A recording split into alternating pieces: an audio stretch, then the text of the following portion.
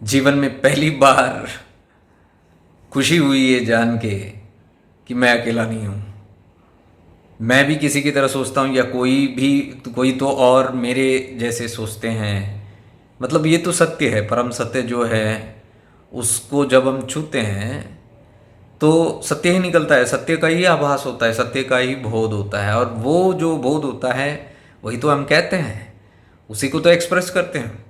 लेकिन ये दुनिया एक्सप्रेस भी करने नहीं देती है, सत्य को दबाने की कोशिश करती है। पता नहीं कौन सी भ्रम में फंसे हुए रहते लोग, कहाँ जाके उनकी यात्रा रुक जाती है और उनको पता भी नहीं कि यात्रा रुक जाती है और आगे बढ़ भी नहीं पाते हैं।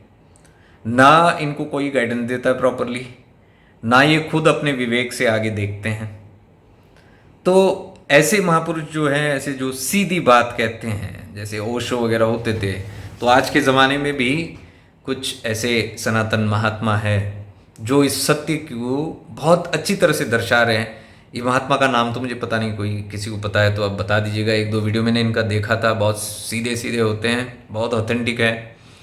और आज जब ये वीडियो देखा तो मेरा आंख भर आया और मेरा दिल भी खुश हो गया, क्योंकि हम ये जान नहीं पाते कि पेड़ से लटके रहना कोई मतलब नहीं है। फल जब पक जाता है तो पेड़ से गिर जाता है, पेड़ में ही लंदा नहीं रहता, वो इट डजंट क्लिंग दैट। लेकिन हमारी पता नहीं ये सभ्यता में या हमारी ये ट्रेडिशन में कहाँ ही अटकन आ गई, कहाँ ही अंधविश्वास आ गया, कहाँ ही भ्रांति आ गई कि हम वहाँ जाके हमारी यात्रा रुक जाती है। और बड़े अचंभे की बात है, कोई वहाँ से आगे बढ़ाता नहीं है, कोई इसके बाद की यात्रा बोलता नहीं है। आगे तो मैं कुछ नहीं कहूँगा, आप इस महापुरुष के मुख से ही इस बातों को सुनिए।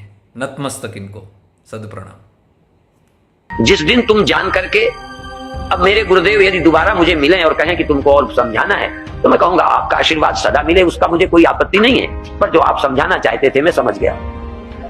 यदि वो मेरे से पूछे कि आपके तारने के लिए मुझे फिर आना आवश्यक है क्या, तो मैं कहूंगा आपका काम खत्म हो गया, आइए, स्वागत है, पर मेरे लिए अब नहीं आइए। यदि भगवान भी कहें कि हम आपको दर्शन देना चाहते हैं, तो हम कहेंगे धन्यवाद, बधाई आपको, पर आपके दर्शन की जरूरत नहीं है। क्यों? क्योंकि आप जो रूप दिखाते हैं वो माया का है।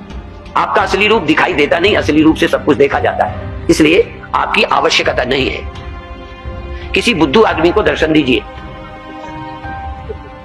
क्योंकि वही तुम्हारे दर्शन से प्रसन्न होगा।